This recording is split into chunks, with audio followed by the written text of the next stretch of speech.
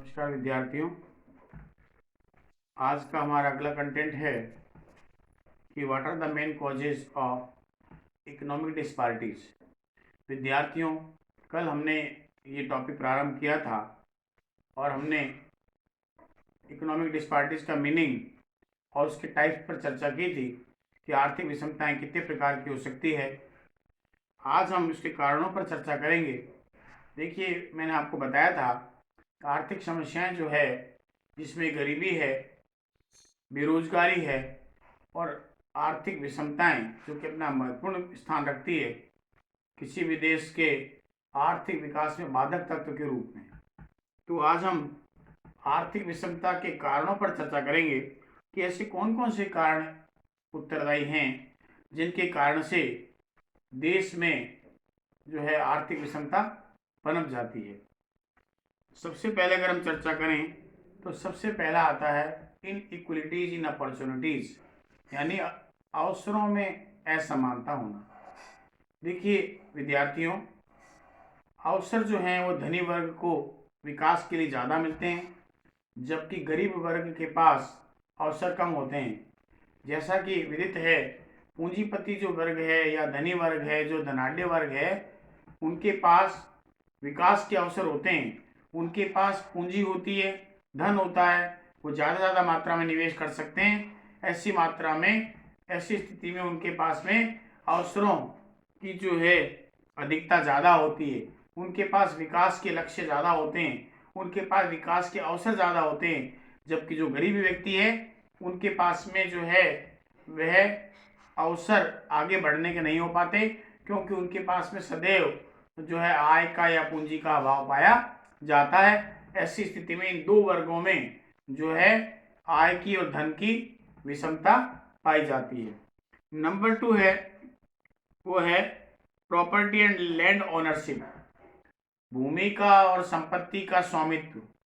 देखिए, जिन लोगों के पास में बड़ी मात्रा में भूमि या प्रॉपर्टी है, यानी वो उसके जो है वो मालिक हैं, तो ऐसे लोगों को जो है आय के अवसर ज़्यादा प्राप्त होते हैं।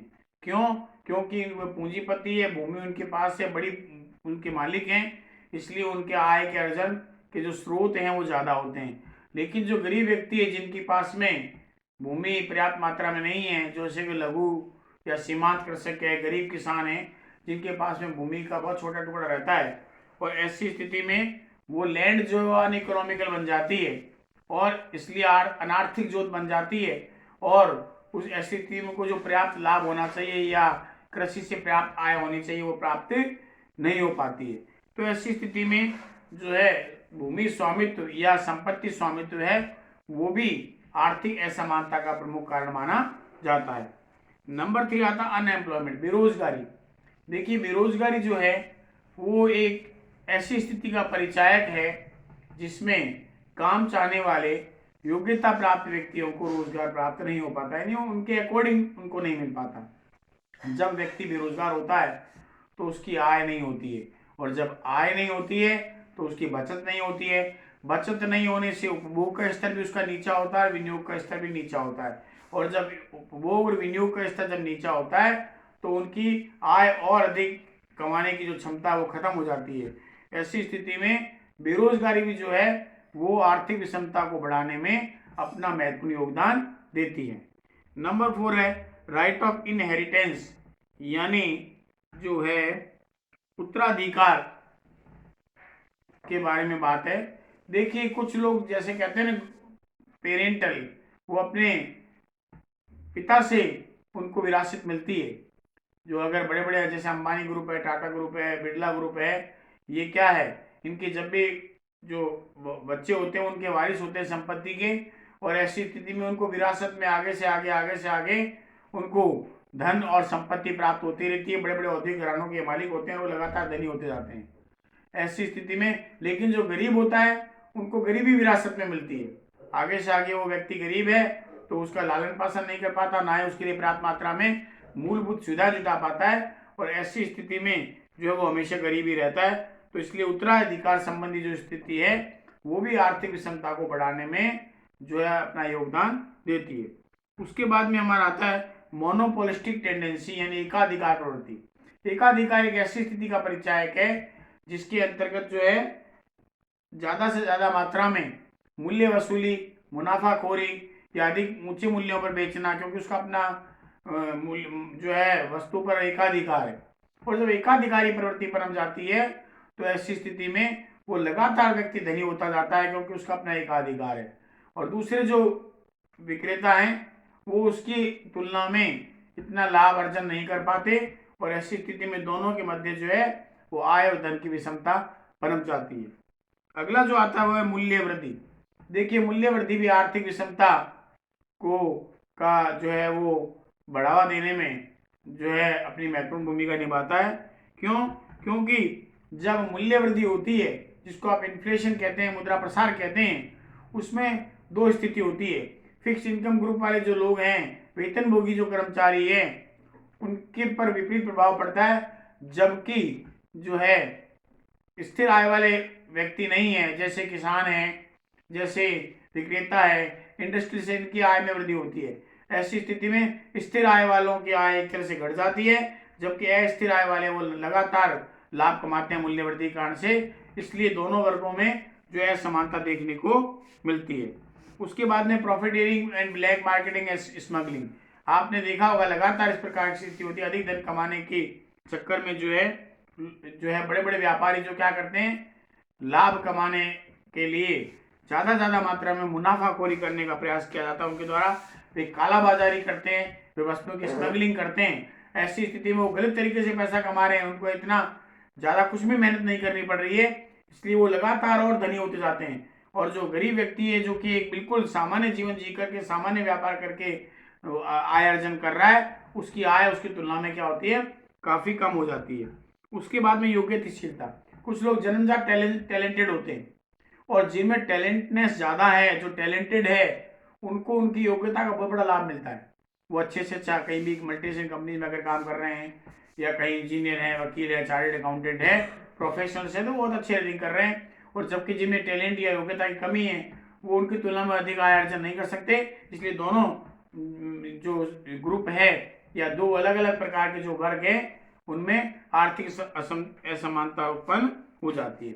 उसके बाद मात्र ऑक्यूपेशनल डिफरेंसेस। देखिए, हमेशा देखा गया है और ये नियम भी है व्यापार का कि जोखिम जितना लेकर काम करेंगे उतना लाभ अधिक होता है। तो जोखिम भरे जो उद्योग हैं जिनके पास में, उनको अधिक लाभ होता है। यानी जो इंडस्ट्रियल लोग हैं, जो इंडस्ट्री रन कर रहे हैं, उनको ज़्यादा लाभ होता है। जबकि कृषि में ये कहा जाता है जोखिम कम है, इसलिए उनको देखा गया है कि किसानों की आय उद्योगपतियों की आय की तुलना में काफ़ी कम होती है। इसलिए दोनों वर्गों में आर्थिक असमानता देखने को मिल सकती है। उसके बाद आती क्रेडिट पॉलिसी। ये जो है केंद्रीय बैंक की जो साख नीति है, आजकल देखा गया है केवल और केवल बड़े बड़े वित्तीय संस्थान, बैंक हैं या अदर फाइनेंशियल इंस्टीट्यूशंस हैं, वे केवल उन्हीं को ऋण देते हैं जिनकी बाजार में अच्छी साख है, जिनके पास में पूंजी है, तो उनको ऋण देते हैं, यानी वो साख के आधार पर। इसलिए गरीब व्यक्तियों को, जो छोटे किसान हैं, छोटे जो कुटीर उद्योग चलाने वाले लोग हैं, उनको पर्याप्त मात्रा में वित्तीय सुविधा उपलब्ध नहीं हो पाती, इसलिए वो अपने व्यापार को आगे नहीं बढ़ा पाते। इसलिए बड़े उद्योगपतियों की तुलना में वो कमजोर रह जाते हैं। इसलिए दोनों वर्गों में असमानता दिखाई देती है। नंबर 13 जो आता है वह पॉवर्टी, गरीबी। देखिए, गरीबी को बहुत बड़ा अभिशाप माना गया है और इसको कहा गया है कि बिना जुर्म के मिलने वाली सजा है। और एक व्यक्ति जब गरीब होता है तो लगातार गरीब होता है, नहीं उसके अंदर चक्कर में फंस जाता है। गरीब व्यक्ति जब होता है तो आप समझ लीजिए कि उसके पास आय पर्याप्त मात्रा में नहीं होती।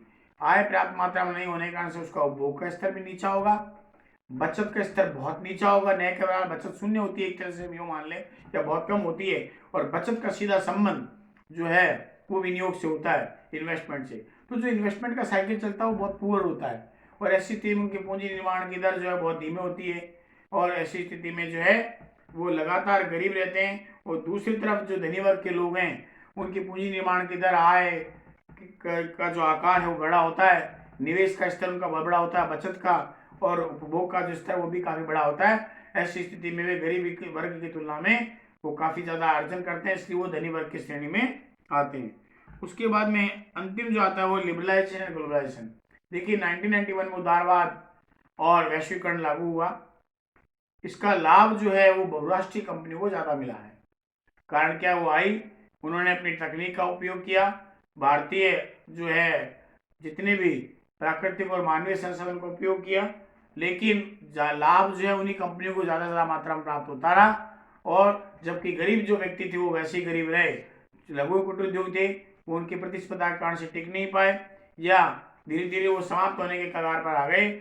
ऐसी स्थिति में जो उदारवाद जिसके अंदर ये निवेश को प्रोत्साहन देने की बात कही गई थी, तो वो नहीं हो पाई, और इसका लाभ जो है वो भारतीय कंपनियों को कम प्राप्त हुआ, जबकि विदेशी कंपनियों को इसका लाभ मिला। इसलिए उनको रोजगार के अवसर भी ज़्यादा जो है भारतीयों को प्राप्त नहीं हो पाए, जिसके कारण से दोनों वर्गों में असमानता होने के कारण से आर्थिक विषमता की स्थिति पनप गई।